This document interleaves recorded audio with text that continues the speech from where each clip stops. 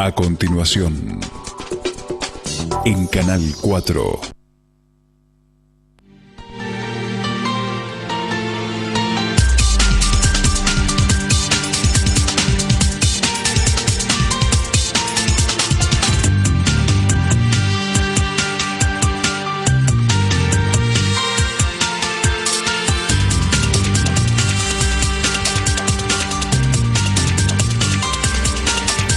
Buenas noches, como todos los días jueves a las 21 horas, aquí Ahora Salud en Canal 4. Estamos en esta oportunidad continuando un ciclo de los primeros jueves de cada mes con la doctora Mara Echevarría. Así que bienvenida Mara, y un doble agradecimiento porque la doctora ha tenido la deferencia de venir de un viaje largo que ha hecho y bueno, no ha salido de la huella y ha aceptado, como siempre, el desafío de estar aquí con nosotros, así que te lo agradezco públicamente. Si ustedes recuerdan, el primer jueves del mes anterior, del mes de octubre, habíamos hablado sobre suicidio. Y ahora nos hemos puesto de acuerdo con la doctora a hablar sobre violencia. Yo les recuerdo que la doctora tiene su consultorio particular en calle Sarmiento 544. 344, siempre me olvido o me confundo. Y trabaja también en la clínica de psicopatología. Ella, por supuesto, es especialista en psiquiatría y tiene mucha experiencia porque ya hace muchos años que por suerte la tenemos aquí en nuestro medio. Doctora Mara, creo que la violencia, eso es lo que habíamos dicho un poco así, un poco fuera de cámara, tendría alguna relación con esto de lo que hablamos, o lo que hablaste fundamentalmente, del suicidio, es decir, como una autoviolencia, como una autolesión. Empezando, como siempre, tratemos de definir para la gente qué es la violencia desde el punto de vista de la salud mental, ¿no es cierto? Lo podríamos encuadrar dentro de un comportamiento, porque en la salud mental no tenemos ninguna entidad que sea exclusiva de la violencia, a pesar de que tenemos la violencia como síntoma de muchos trastornos e inclusive como formando parte de características de la personalidad de algunas personas. Bien. Pero la violencia en sí, en términos generales, es un comportamiento en el que se ejerce cierto poder o se hace un abuso de un poder sobre alguien que es más débil. Bien. Siempre buscando por ahí una finalidad que puede tener diversas motivaciones, porque en realidad, si nos ponemos a hilar un poco más fino, el tema de la violencia depende desde la óptica de donde lo analicemos, es cuántas clasificaciones posibles hay. Vos sabés que hay muchísimas vertientes, claro, de las sociológicas, históricas, culturales, desde la salud mental también, porque depende de donde lo miremos. Bien, bien. Esto de que vos acabas de decir desde el punto de vista sociológico, eso es muy importante, pero digamos, como no es nuestro quehacer diario, lo trataremos alguna vez con algún sociólogo, para que nos cuente más en detalle con el famoso triángulo de la violencia, la que se ve, la que no se ve y demás. Ambos habíamos leído de un autor nacido en Noruega, noruego, importante, pero bueno, eso será para otra oportunidad. Desde el punto de vista de la Organización Mundial de la Salud también hay clasificaciones de la violencia, y el suicidio sería una violencia autoinfligida, ¿no es cierto? Que la violencia, digamos, que se hace el paciente, digamos, o las personas a sí mismo, puede tener distintas gradaciones, desde una pequeña lesión hasta, claro, la pérdida de la vida. ¿Cuántos tipos de violencia, dada a la naturaleza de la misma, podrían existir o existen? Para ser más gráfica, por ahí podríamos simplificarlo en 3 grandes ítems que tienen que ver con la violencia psicológica, la violencia física y la violencia sexual, que serían por ahí las 3 grandes clasificaciones a los fines de que las personas que nos están viendo ahora comprendan, ¿no? A su vez, cada una de ellas puede tener muchas otras clasificaciones.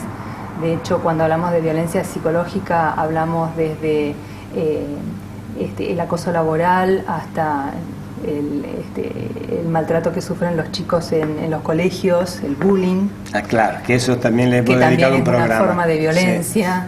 Sí. Hay otra violencia que hoy también está muy en boga, que se llama, es un nombre parecido, se llama grooming, que es la violencia que se ejerce a través del adulto cuando se contacta con los menores a través de las redes sociales para poder inhibir sus defensas y para de alguna manera hacer que puedan desnudarse, digamos, frente al adulto en cuanto a darles detalles y datos y después poder abusar sexualmente de él.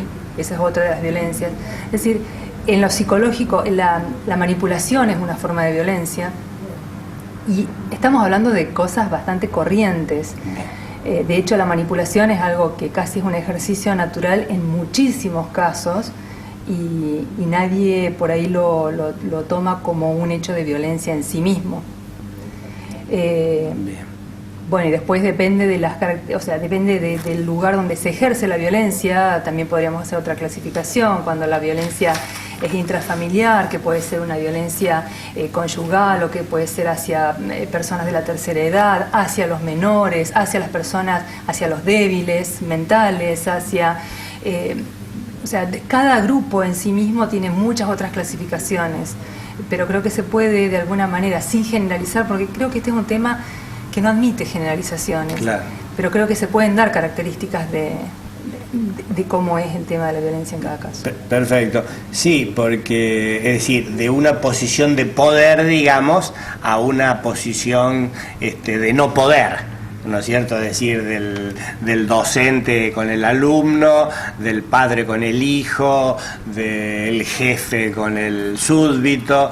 Sí, del que lidera un grupo, así sea, claro, un grupo de niños de la escuela con alguien que puede ser de alguna manera su amenaza. Bien. El tema de la amenaza es una constante en el ejercicio de la violencia. Siempre es como la fuerza que de alguna manera digita, digamos, todo el proceso, claro, de la violencia. Ahora, indudablemente que no se necesita ser un enfermo mental para hacer un acto de violencia. La pregunta viene así.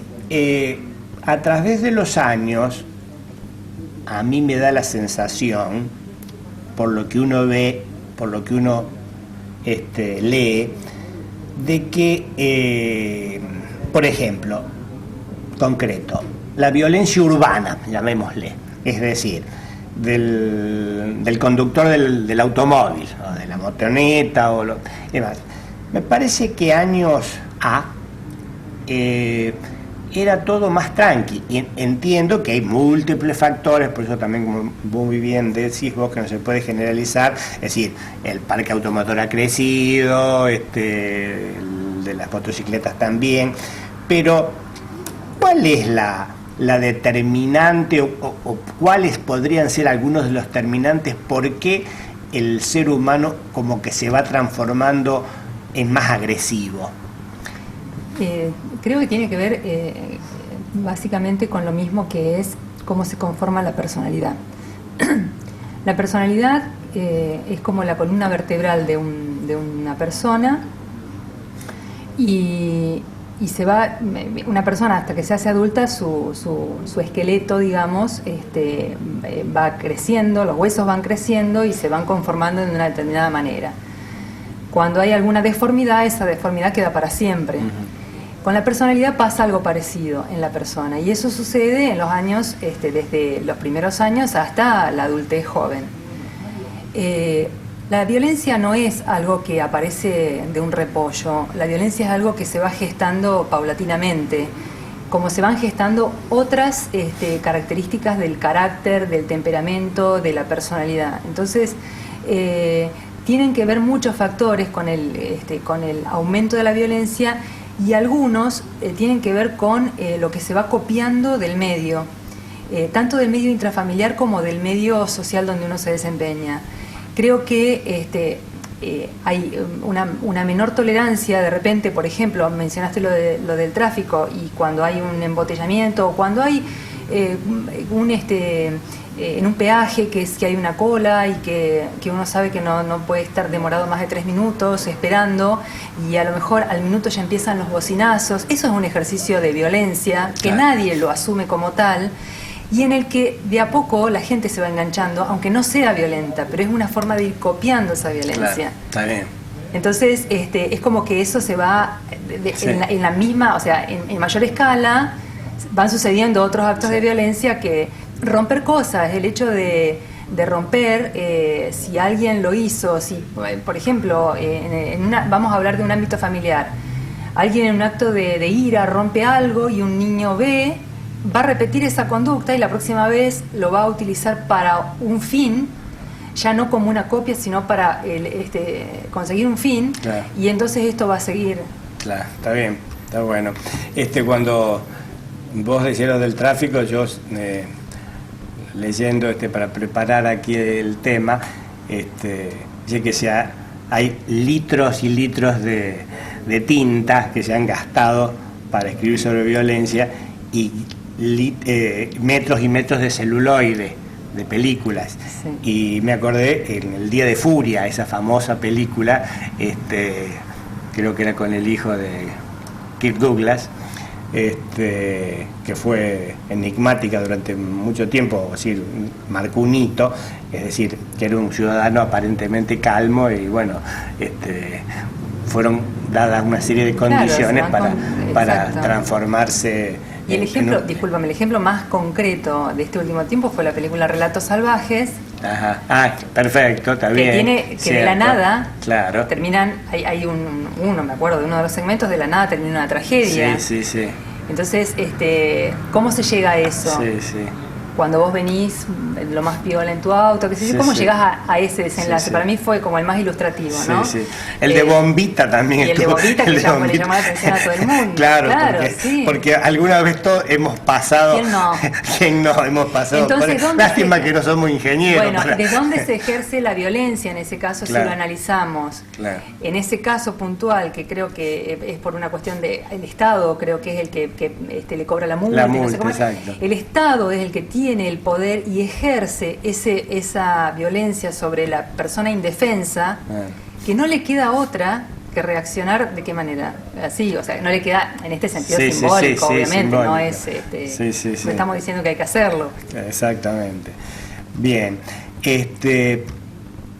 desde el punto de vista, digamos, siempre hablamos acá con la idea de la prevención, ¿cuáles serían los factores de riesgos más importantes para el desarrollo de un acto violento? Y lo primero que podría decir es la tolerancia a la frustración. Esto es una frase que tantas veces repetimos. El poder tener una mayor tolerancia a la frustración quiere decir el poder aceptar, bueno, lo que dice esta oración, aquellas cosas que no puedo cambiar. Ahora le llamamos tolerancia a la frustración, pero en realidad es aceptar aquellas cosas que no puedo cambiar.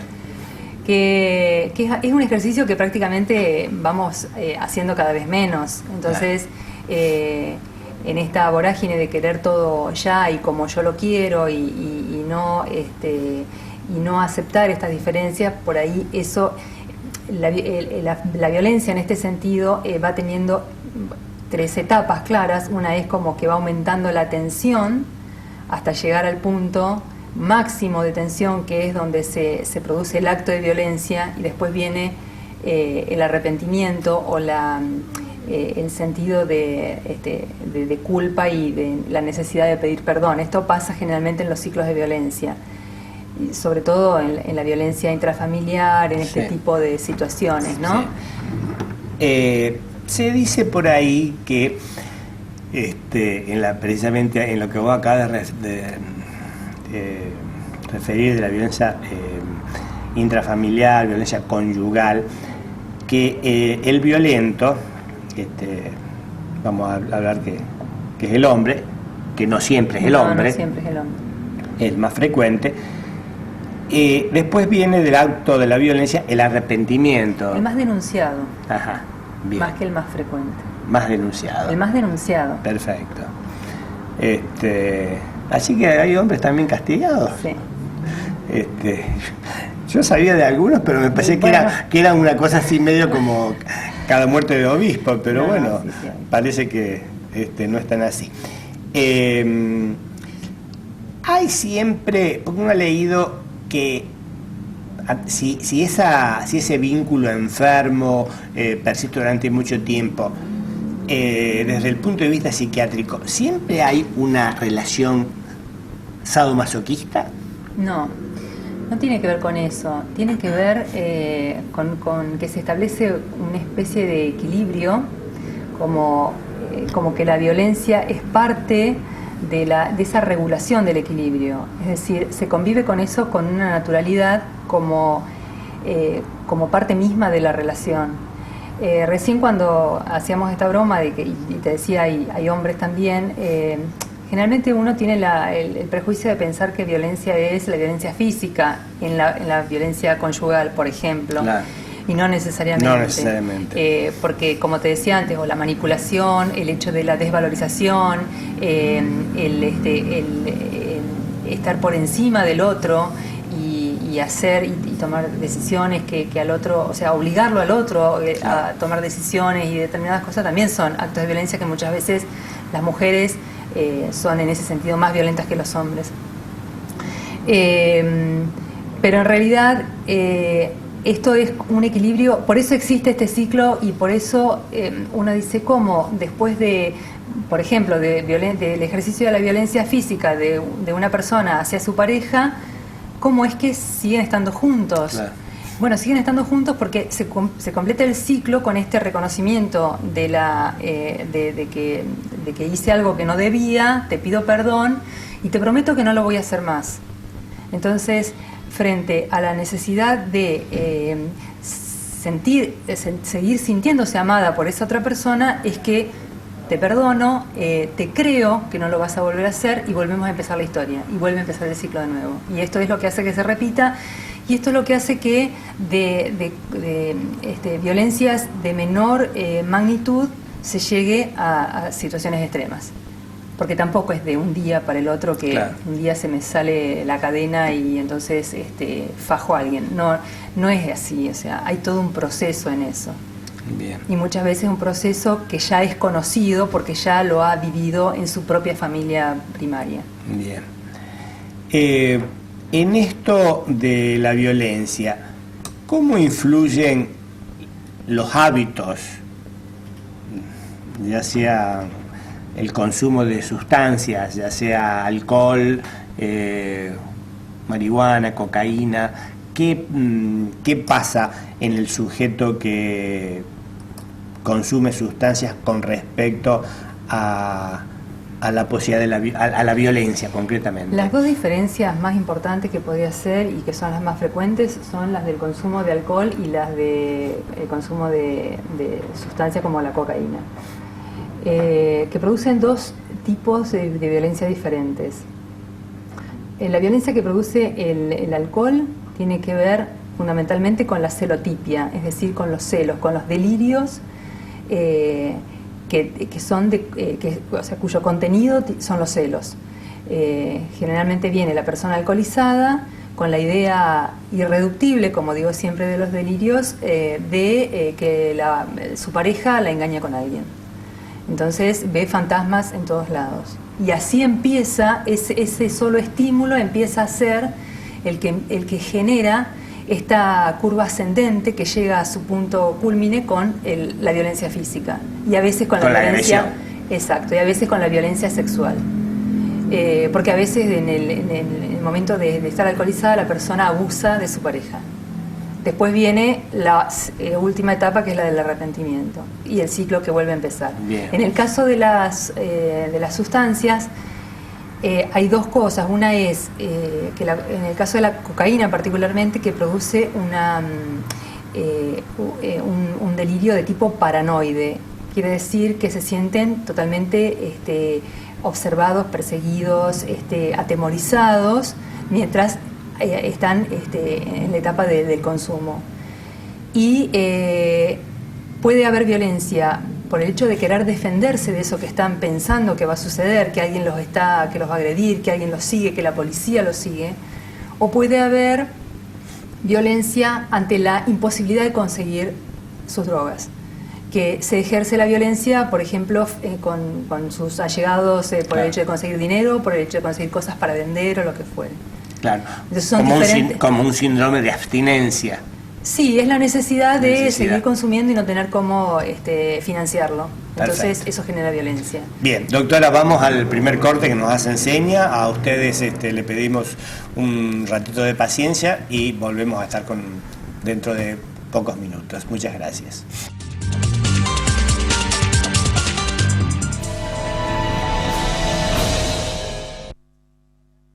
Prepárate, porque este domingo que viene podés cantar bingo hasta la bolilla número 39 y te llevas una casa con Telebingo Cordobés. Telebingo hace feliz a los cordobeses. La Clínica Enrique J. Carrá presenta un servicio único en la ciudad para la tranquilidad de las empresas. Si su empleado se accidentó, ponemos toda nuestra estructura médica y administrativa a su disposición, con profesionales y personal administrativo capacitados para facilitar toda la atención que su empleado requiere, incluidos los trámites ante su aseguradora de riesgo de trabajo. Llame al 423-228, interno 113, y consulte por este servicio único para su empresa. Hay algo nuevo en la ciudad. Ya podés verlo en las calles. Ya te lo podés probar. Levi's está en la ciudad y está en Bowie.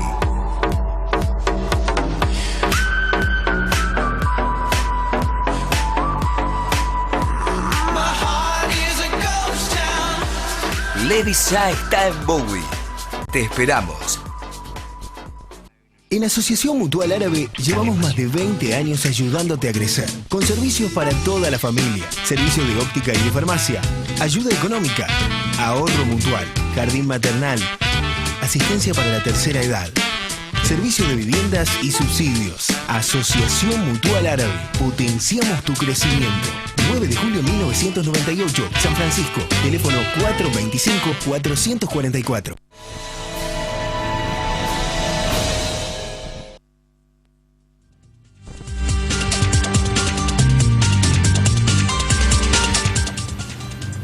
Continuamos con la doctora Mara Echeverría, que estamos hablando de violencia y fuera de cámara hablábamos, o ella me comentaba, me enseñaba, de que depende de la patología psiquiátrica que tenga el paciente, tiene algunas características en la violencia. Por ejemplo, ¿cómo es en un brote psicótico, que era lo que estábamos hablando precisamente?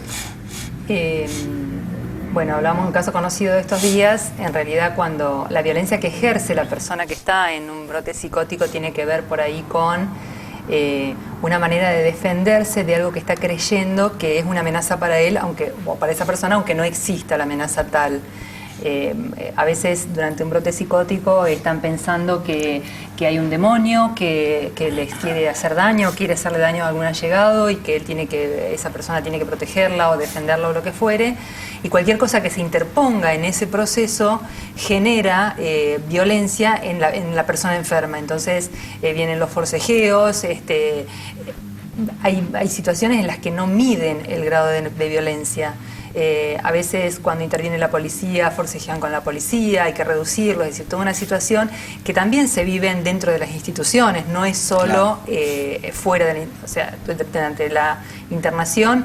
En general nosotros tenemos otra metodología de trabajo porque uno viene controlando con la medicación y demás, pero muchas veces pasa que hay pacientes que están descompensados o que vienen descompensados y hasta poder compensarlos es como que es necesario por ahí sujetarlos de manera tal que no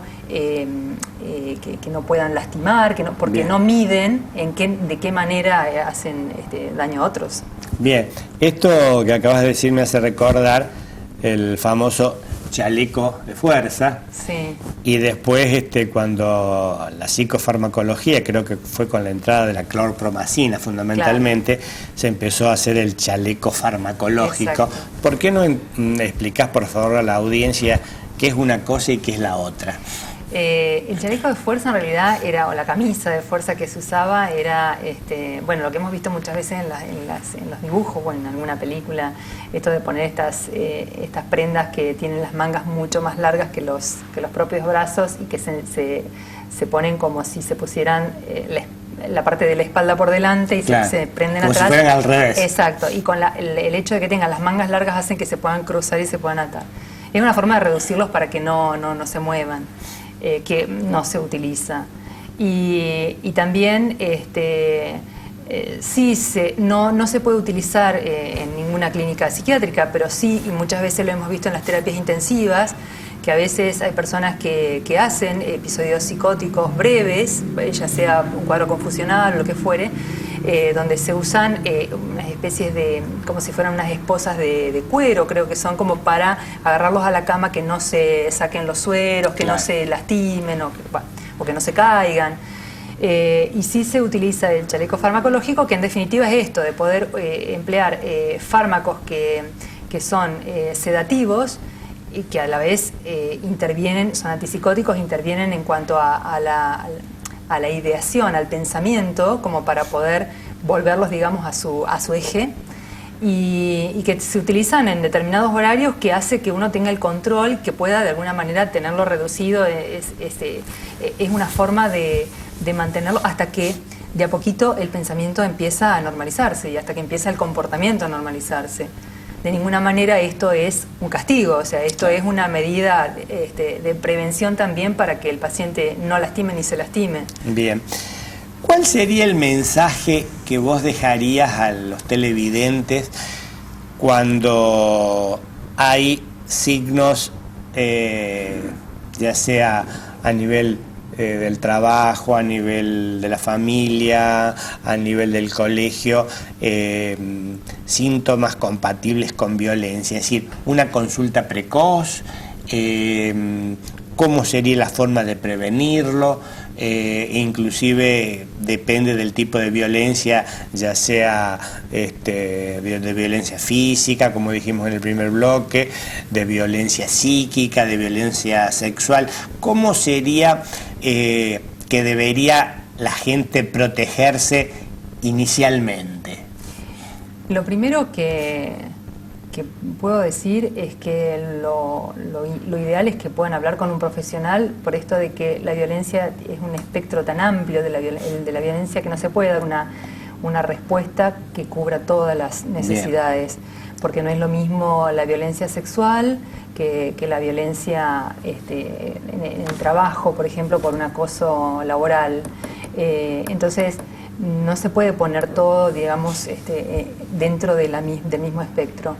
Pero por eso mismo creo que lo indicado es hacer una consulta, y como siempre digo, la consulta puede arrancar con el mismo médico de cabecera que uno tiene, porque claro. Es una persona calificada para poder orientar hacia dónde derivar la siguiente consulta, con quién tratar este tema. Me parece que eso es lo primero. Y no tener miedo del cambio que eso va a generar, porque evidentemente salirse de un circuito de violencia es romper con un equilibrio, por más disfuncional que sea, y bueno, eso tiene sus consecuencias, entonces hay que estar preparado para eso. Creo que debe tener mucho que ver en esto la estima de cada uno de nosotros para aguantar o no situaciones violentas. Yo sabía decir que uno se debe querer un poco a sí mismo, ¿no es cierto?, para evitar situaciones realmente de violencia, y que muchas veces la violencia psíquica es una cosa que va taladrando tipo pájaro carpintero, sí, de a poco, y que a veces uno dice, bueno, será porque vino nervioso del trabajo, será porque este mes no le alcanzó la plata para llegar a fin de mes, es decir, como busca justificativos, hasta que realmente puede o darse cuenta aquel que sufre la violencia, o tener alguna complicación como un hecho violento en sí. Y con respecto a la reversibilidad, aquel que, ya sea hombre o mujer, en una relación conyugal, ha tenido durante un tiempo prolongado manifestaciones de violencia, es una cosa que con el tiempo es reversible, o es una cosa que es difícil que vuelva a revertir. Y es difícil porque... como así en forma espontánea me refiero, claro, ¿no? Es difícil porque este es un proceso de mucho tiempo, como te dije al principio, esto no surge de la nada y un día estoy con un violento y no sabía que era un violento. Esto es una... Por eso también cuando hablamos de violencia tenemos que ver dentro de qué contexto y qué parámetros lo planteamos, porque... un hecho que puede ser violento para uno, para otro es algo natural. Entonces, ¿con qué parámetro puedo medir hasta dónde está bien o está mal ese nivel de violencia? Por eso es que interviene también lo cultural, lo histórico. Esto me hace recordar que la he escuchado de muy chica, mi mamá decir que un hombre no debe pegarle a una mujer nunca, claro. Y después cuando uno va siendo grande va leyendo en diferentes que frases o que en distintas cosas te vas encontrando con que un hombre no debe pegarle a una mujer ni con una flor, y todas esas frasecitas que van se van de alguna manera depositando en algún lado. Con los años te vas dando cuenta de que está hablando de esto, de que no violencia, pero no violencia no es no pegar solamente, no violencia también es no gritar, no insultar, no faltar el respeto, no pasar por encima de la otra persona. Y el tema de la autoestima es un tema muy delicado, porque es algo muy vulnerable. Una persona que es un poco insegura y que a la vez puede tener, por ejemplo, un trastorno depresivo, es una persona que no va a tener cómo defenderse de cualquier mínimo acto de violencia. Claro. Entonces es difícil revertir. Y además está lo otro, que es que hay gente que toda vida, desde que nació en un ambiente de violencia, se desarrolló toda la vida en un ambiente de violencia, y por más que uno le esté mostrando claramente cuáles son los actos de violencia y de qué manera salirse de eso, sigue viviendo en ese mismo ambiente y sigue manteniendo ese circuito de violencia. Entonces es difícil, pero bueno, como toda cosa, creo que los cambios son posibles. Claro, yo creo que es también muy importante, y yo enfatizo en lo que vos acabas de decir, para la audiencia, fundamentalmente, si nos está viendo gente joven y también gente mayor, de que no tienen que dejar como quedarse, digamos, con los brazos caídos y diciendo, bueno, total, mi compañero o mi compañera no va a cambiar, porque van a continuar viviendo mal.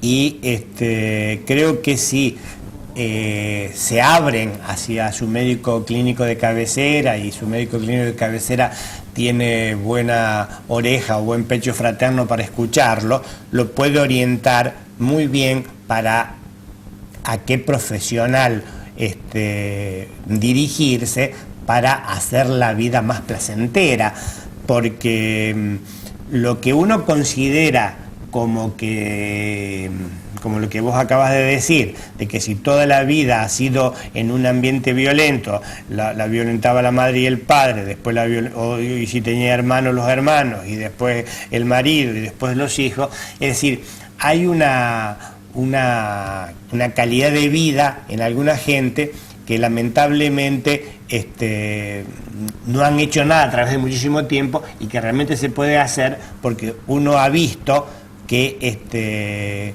el apoyo psicoterapéutico y demás lleva a cosas importantes. Ahora está los grupos de ayuda y todas esas historias para no tener que llegar a situaciones que las hemos vivido inclusive en nuestra pequeña comunidad, graves, lamentables, con alguna cosa que se podría haber realmente evitado. ¿Cómo es el tema de esto? ¿Qué opinás vos de los botones antipánico? ¿Qué es esto? Y bueno, es una herramienta más, pero no podemos esperar que claramente un botón, oprimir un botón, no hace aparecer mágicamente a alguien por eso, que nos defienda. Por eso, decir, lo pregunto con esa intencionalidad, porque yo veo que... está bien, es otra herramienta, sí, pero no hay que tampoco sobrevalorarla, porque ¿qué puede hacer un aparato? Y si tengo acceso, por más que lo tenga todo el tiempo encima...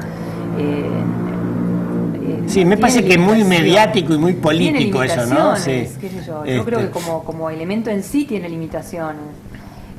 Pero volviendo un poquito para atrás, porque esto hay hechos que son, como decís, hemos tenido hechos en la ciudad que de repente han sido como lo máximo que se podía esperar de un hecho de violencia, pero el tema es que las personas, no solo para prevenir esa situación, sino para tener una calidad de vida aceptable, a eso es donde apuntamos, porque hay personas que se pasan toda su vida inmersos en actos de violencia. Y claramente la calidad de vida que tienen es muy mala, por más que se conformen es muy mala, porque hay una vida mejor. Por supuesto que tampoco el cambio es algo que sucede en una semana. Cuando hablamos de procesos terapéuticos en estos casos, generalmente son procesos bastante largos, porque primero es primero es conocer el tema, después familiarizarse con la idea de que se pueden hacer cosas, después ver de lo que se puede hacer, qué es lo que realmente es concreto, después cómo materializarlo, con el apoyo de quién, cómo afrontar el temor a tomar cualquier decisión, porque siempre la amenaza es algo que está constante.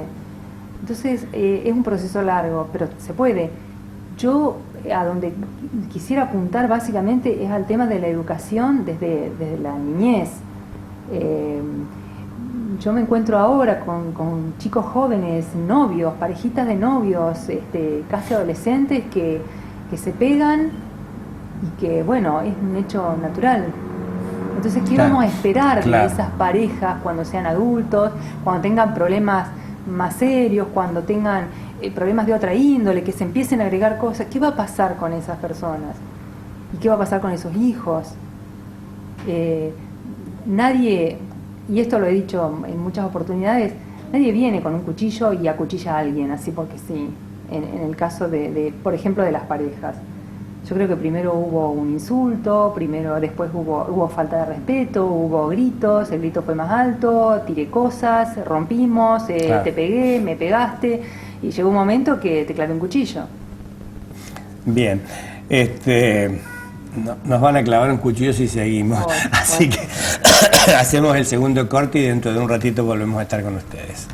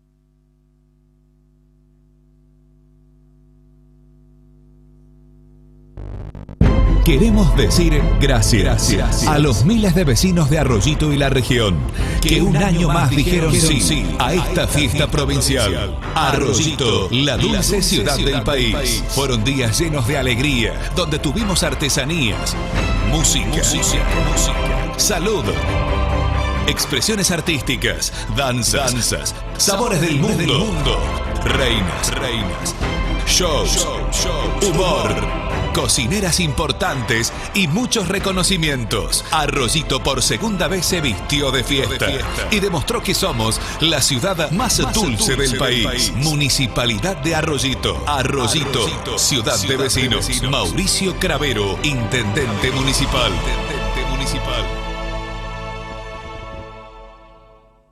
19 de noviembre, Día del Hombre. Y en Kevingston queremos celebrarlo.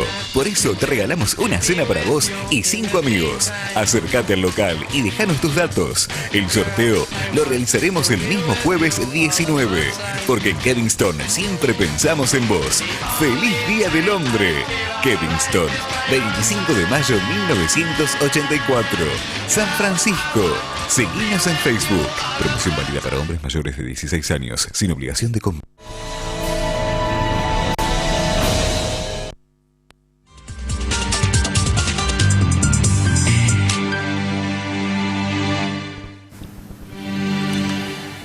Comenzamos entonces el tercer y último bloque. Hablamos en el primer bloque, cuando tratábamos así un poco de las definiciones y las divisiones de la naturaleza de la violencia, y dijimos algo de los ámbitos, ¿no? Es decir, en el trabajo, la violencia en los niños, la violencia juvenil, en las violencias en los ancianos. ¿Quién podés decir? Porque también hemos últimamente, así ya sea por los medios periodísticos, hemos visto decir pequeños jardines de infantes en donde algunos docentes o algunos personales digamos del entorno a los chicos los castigan, o inclusive la misma persona, ya sea doméstica o cuidadora de los niños, que los padres van tomando conductas a los niños, síntomas que les llaman raros, y entonces después uno pone la famosa cámara y ahí lo hacen el diagnóstico.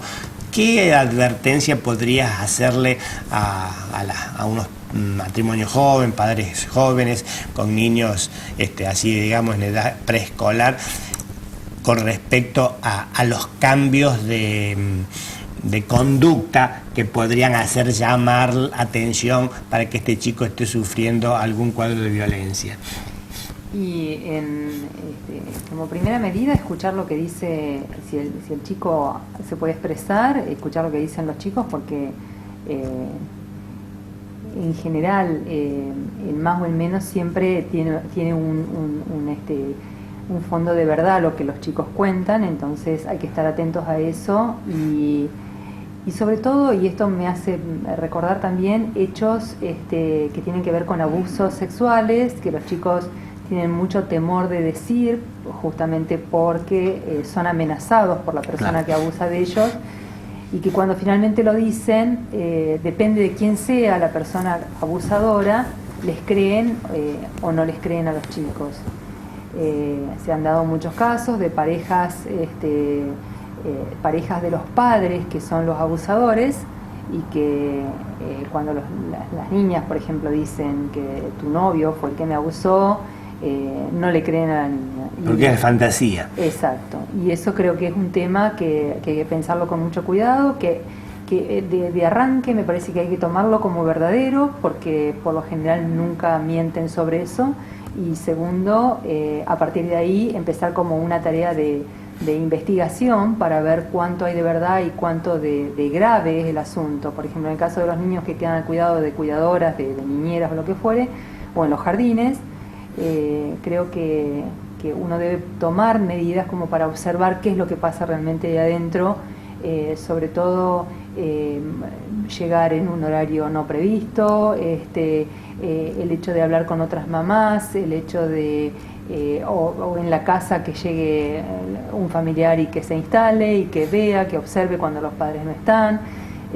Buscar las alternativas como para investigar de alguna manera si eso está sucediendo o no, porque es frecuente. No digo que todo el mundo, porque no todas las niñeras son malas ni los jardines son malos, de ninguna manera. Pero bueno, vemos que hay casos que son así. Bien. Y otro, digamos, ámbito que uno ve violencia, y bueno, que nuestra comunidad también ha sido impactada por un hecho que ha ocurrido hace muy poquito con una anciana de 80 y pico de años que para robarle su jubilación le han desfigurado el rostro.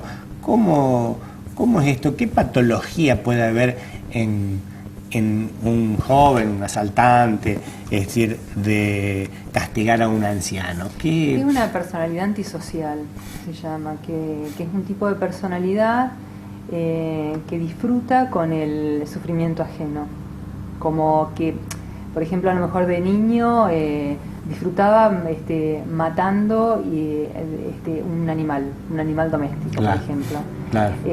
Esas son pequeñas conductas antisociales que aparecen como desde muy temprana edad, van surgiendo esas características y que no se observan como patológicas, sino que se observan como travesuras que hacen los niños, claro, pero que ya tienen una connotación que llama la atención y que después de grandes cometen este tipo de delitos que no tiene que ver solo con robar el dinero, que de hecho una persona mayor, en estos casos que se conocen de personas muy mayores que prácticamente no tienen modo de defenderse, son tan vulnerables que no solo les alcanzaría simplemente con robar el dinero, pero como existe este trastorno que es de personalidad antisocial, lo que hacen es disfrutar también, gozar de alguna manera con lo que le puede hacer de más a la persona, que básicamente es golpearla, desfigurarla. Bien, y estos, digamos, chorros particulares y agresivos, ¿tienen alguna chance desde el punto de vista con apoyo psicoterapéutico? ¿Tenés alguna experiencia? Con magia. Con magia. Como te dije, la personalidad es como la estructura principal de la persona. Por ahí pasa casi todo. Es como el esqueleto. Y yo siempre en el consultorio pongo el mismo ejemplo. Si uno nace con una pierna más corta, la va a tener más corta toda la vida por más que se ponga lo que se ponga. Es decir, que se ponga prótesis, que se ponga zapatos, que no sé qué, la va a tener más corta, porque tiene un hueso que es más corto. Sí. En este caso... La va a disimular, pero no tanto. Exacto. En este caso es lo mismo. Es decir, se puede hacer una rehabilitación, se puede hacer un mejoramiento, sí. Pero la base está, como dice el técnico de fútbol, la base está. La base está. Entonces, eso es difícil, eso no se puede modificar y por lo general no son personas que vayan a pedir ningún tipo de ayuda, porque para estas personas con estas características, ser así es un modo de ser, es su modo de ser. Entonces no tiene necesidad de cambiarlo. Bien. Así que estas personas, inclusive, aunque vayan a la cárcel y hagan alguna... Y de hecho, el ejemplo está que cuando salen y cumplen su condena, por lo general son reincidentes. Son reincidentes, son repetidores. Exacto. Los mismos que los violadores. Exactamente. Los mismos que los violadores. Bien. Bueno, creo que hemos aprendido, o por lo menos yo he aprendido mucho, espero que la audiencia también, sobre esto de la violencia y lo fundamental, como siempre hablamos de aquí, con la idea de los factores de riesgo, de la prevención, de tener autoestima y pedir siempre ayuda con el médico clínico de cabecera como causa orientador inicial, ¿no es cierto? Ahora, volviendo así, digamos, a las patologías psiquiátricas que son de consulta diaria en tu consultorio. en general, uno sospecha de que de distinta patología, por ejemplo, un obsesivo, un neurótico de así hipocondríaco, ¿son pacientes que tienen más tendencia a ser violentos o no? En general, quienes están tienen algún trastorno de tipo depresivo, no son violentos porque no tienen, digamos, la pulsión suficiente para llegar a la violencia. Pero hay personalidades que son exaltadas, que inclusive en los estados maníacos, por supuesto con el consumo de sustancias, con el consumo de alcohol. El consumo de alcohol es algo muy frecuente, entonces es algo muy frecuente en la consulta, el tema del alcoholismo como enfermedad instalada, y eso trae sí comportamientos violentos. Y de hecho, como nos pasa creo que a todos los médicos en todas las especialidades, cuando entra un paciente uno ya puede de alguna manera caracterizar de qué modo es esa persona y se da cuenta si es una persona violenta, si es una persona exaltada, tanto por sus actitudes, por su discurso. A veces cuando van acompañados de otra persona, el lugar, la cabida que le da a la otra persona, eso de alguna manera te pinta el cuadro de las características del paciente, y uno sí puede darse cuenta inclusive hasta dónde el paciente considera que es violento, porque a veces personas que tienen la facilidad para chocar autos, que chocan con facilidad, no por descuido, sino porque no soportan esperar algo o porque no dan lugar a que pase otra persona, es decir, porque tienen una baja tolerancia. Claro. Entonces, una persona que cuenta eso, ya te das cuenta de que tiene comportamientos violentos, y cuando empieza a hablar va dando mucha información de cómo es.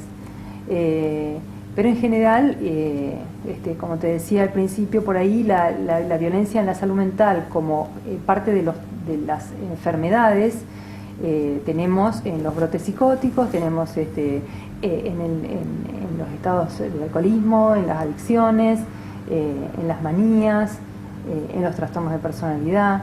Ahí bien.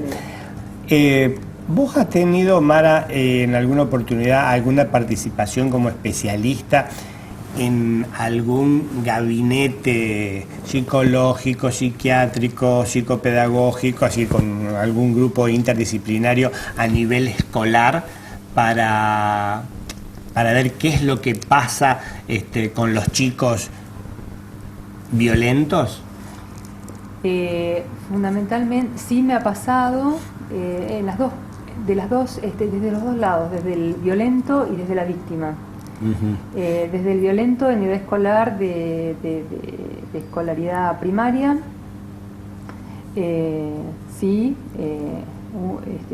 recuerdo un caso muy grave de violencia ejercida, te diría casi sin ningún fin que justificara el nivel de violencia. En donde se ponen en marcha, dentro de las posibilidades que tenemos en la ciudad, se ponen en marcha varios mecanismos, como es una maestra de apoyo, como es un acompañante terapéutico, la participación de la psicóloga, del médico, de la madre, de la maestra, o sea, todos como articulando para poder de alguna manera hacer una malla de contención para ese alumno que es violento y que va a una escuela común. Son casos difíciles porque más allá de la colaboración del docente y de la estructura escolar, es como que el proceso de la educación debe continuar también con los otros alumnos que no son violentos. Bien. Y que también son de alguna manera víctimas de esta situación. Entonces es muy complejo. Y por otro lado, he tenido casos recuerdo también un caso de una niña que era como el hazme reír del grupo, Y bueno, esto era un caso de bullying bien concreto y bastante intenso, con problemas psicológicos de todo tipo en una niña que tenía mucha capacidad, de todos modos mucha capacidad intelectual y capacidad para desarrollarse, pero que no tenía por dónde empezar a mostrar su capacidad, porque era totalmente inhibida por el grupo y maltratada, obviamente. Bien. Y dentro de todos los intervenientes en este proceso de ayuda, es decir, la familia en general, la familia de origen del niño violento o del maltratado, en general